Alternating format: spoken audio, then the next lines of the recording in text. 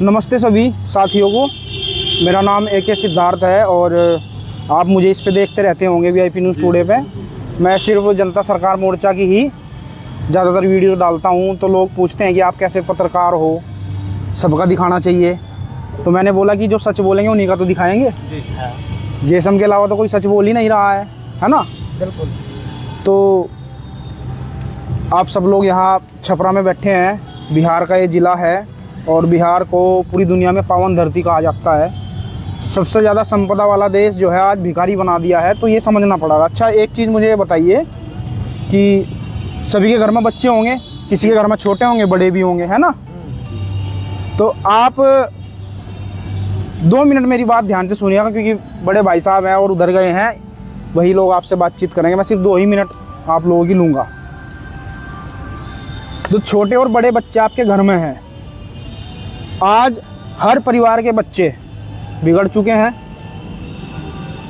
बेरोजगार हैं, नशे में हैं, अश्लीलता में हैं, पूरा दिन फ़ोन में लगे रहते हैं। माँ बाप की कोई बात नहीं सुननी, डांगरों कोई काम नहीं करना, खेत का कोई काम नहीं करना। गलत कह रहा हूँ कि सही? हर किसान कर्जे में आ गया, हर घर में बीमारी आ गई, हर घर में कर्ज आ गया, हर घर में बीमारी आ गई। मतलब हर घर में नशा, हर घर में कर्ज, हर घर के बच्चे बिगड़ चुके हैं, ना वो किसी की बात सुन रहे हैं, अपनी मर्जी से शादी ब्याह होना शुरू हो गया है। तो ये जो हो रहा है देश के अंदर, किसान से लेकर के मजदूर, हर आदमी परेशान है आज के समय में। तो आपको क्या लग रहा है कि ये अपने आप हो रहा है या इसको कोई कर रहा है? कोई कर रहा है या आपके बच्चों को कोई ये कह रहा है हाथ पकड़ के कि आओ और कूद जाओ, नीचे खड्डे में कूद जाओ, और आपको पता होते हुए आप अपने बच्चों को रोक नहीं पा रहे हो। और कोई है जो उनको लालच दे करके, लोभ दे करके, डरा धमका करके उनको बुला रहा है और खड्डे में आपके बच्चों को लेकर के जा रहा है। तो क्या रोकना पड़ेगा कि नहीं रोकना पड़ेगा? अगर कोई ले जा रहा है, रोकना पड़ेगा ना उन लोगों को। अगर ये अपने से हो रहा होता तो अपने से ठीक हो जाता। अगर इसको कोई कर रहा है तो फिर उसको रोकना पड़ेगा, तब हमारे बच्चे बच सकते हैं। तो कौन कौन तैयार है अपने बच्चों को बचाने के लिए? हम सभी सब तैयार है। आपको किसी ने यहाँ पैसा दे के बुलाया है? नहीं। कोई लोभ लालच दिया है? तो क्यों आए आप लोग यहाँ? विचारधारा से। एक दिल में तकलीफ है, दर्द है, देश के प्रति, समाज के प्रति, गांव के प्रति, अपने बच्चों के प्रति, है कि नहीं है? बिल्कुल। तो कौन बदलेगा इसको? हम सही बदलेंगे, कौन बदलेगा? अच्छा, ऐसे कितने लोग हैं जो ये सोचते हैं कि डॉक्टर देवेंद्र बलारा आएंगे और बिहार को बचाएंगे? बिल्कुल नहीं। ऐसा सोचते हैं कि हम लोग आए हैं, हम आपके बिहार को बचा देंगे? नहीं। खुद को मिलके बचाना। आप लोगों को ही बिहार को बचाना पड़ेगा, और बिहार तब बचेगा जब आप अपने परिवार को और अपने गांव को बचा लोगे।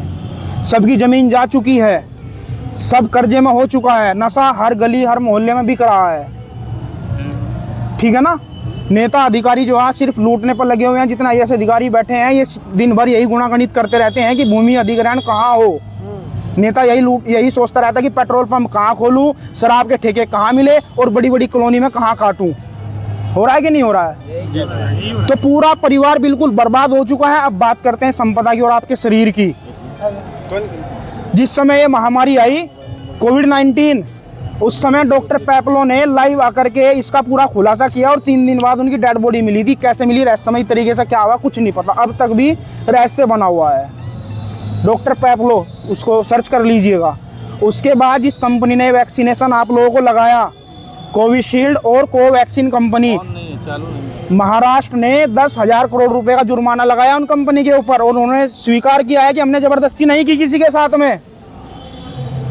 किसी के साथ हमने लिखित रूप में जबरदस्ती नहीं की है कि आप वैक्सीन लो। लेकिन इन लोगों ने क्या बोला आप लोगों को? राशन नहीं मिलेगा, दुकान नहीं खोल सकते, मंडी में नहीं जा पाओगे, आपको सैलरी नहीं आएगी, बच्चे पेपर नहीं दे पाएंगे, पढ़ नहीं पाओगे, स्कूल नहीं जाओगे, जहाज की टिकट नहीं मिलेगी, ट्रेन की नहीं मिलेगी, बस की नहीं मिलेगी, मतलब कुछ नहीं करने देंगे। और आप गरीब जो लोग थे उनको बोला तुमको 5 किलो राशन भी नहीं मिलेगा, तुम्हारा आयुष्मान कार्ड नहीं चलेगा।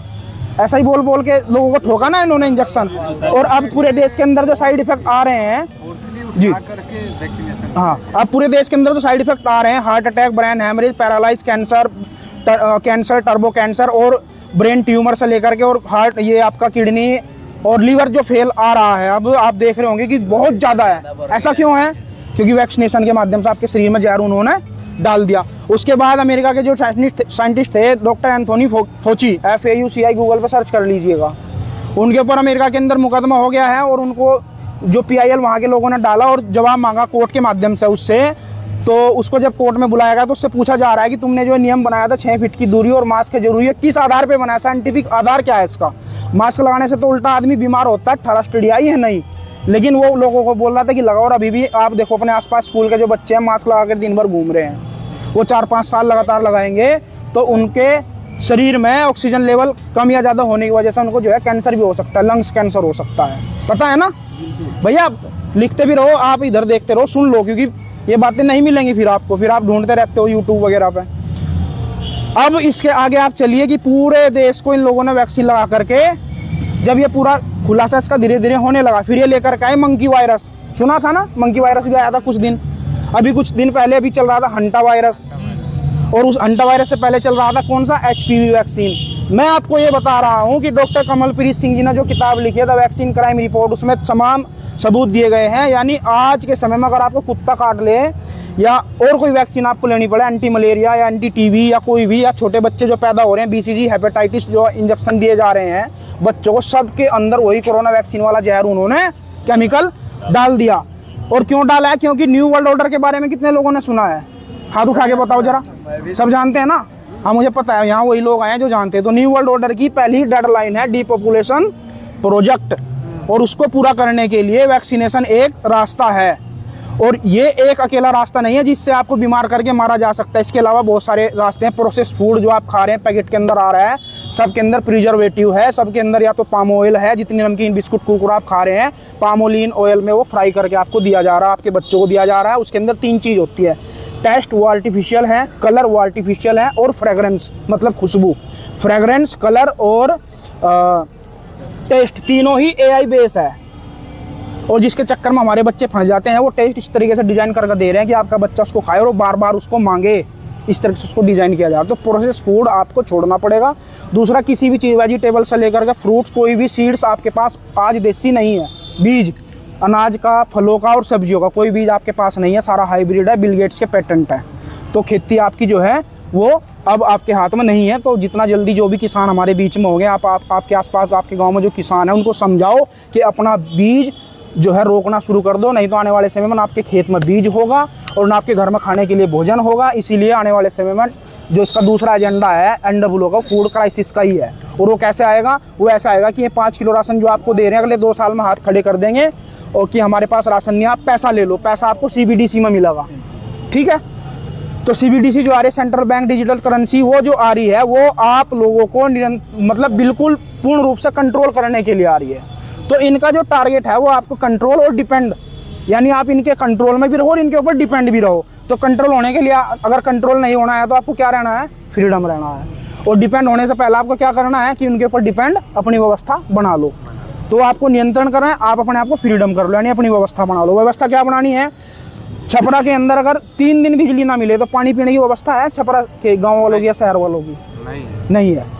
आपको अगर ये गैस सिलेंडर ना दें तो आपके पास क्या व्यवस्था है खाना बनाने की? लकड़ी पे वो कानून लेके आ रहे हैं ना कि हेट भी और ग्लोबल वार्मिंग बढ़ रही है। जो चूल्हा चलाता, ये लकड़ी का चूल्हा जलाता हुआ फंस गया, उसको जुर्माना लगाएंगे और जेल में ठोक देंगे। ऐसा वो कानून बना दे तो क्या करोगे आप? पानी के ऊपर कानून बना दे कि कोई भी व्यक्ति समरसीबल और नलका चलाता हुआ पाया गया तो उसके ऊपर जुर्माना लगेगा और जेल भी होगा। तो आपकी मजबूरी है, बटन दबाओ और पानी पीना पड़ेगा आपको। तो सप्लाई का पानी देंगे, सप्लाई के पानी में सफाई के नाम पर क्या डाल दें? क्लोरीन और फ्लोराइड। क्लोरीन और फ्लोराइड जो है आप लोगों को कैंसर करता है, ये पता है कि नहीं पता है? तो सारी चीज़ें घुमा फिरा के उन्होंने हर चीज़ कंट्रोल कर ली और आपका बीमार होकर के मारना उनका लक्ष्य है। अब इससे कैसे बचना है कि शुद्ध भोजन होना चाहिए, अपनी जो है खेती ओरिजिनल बीज से करो।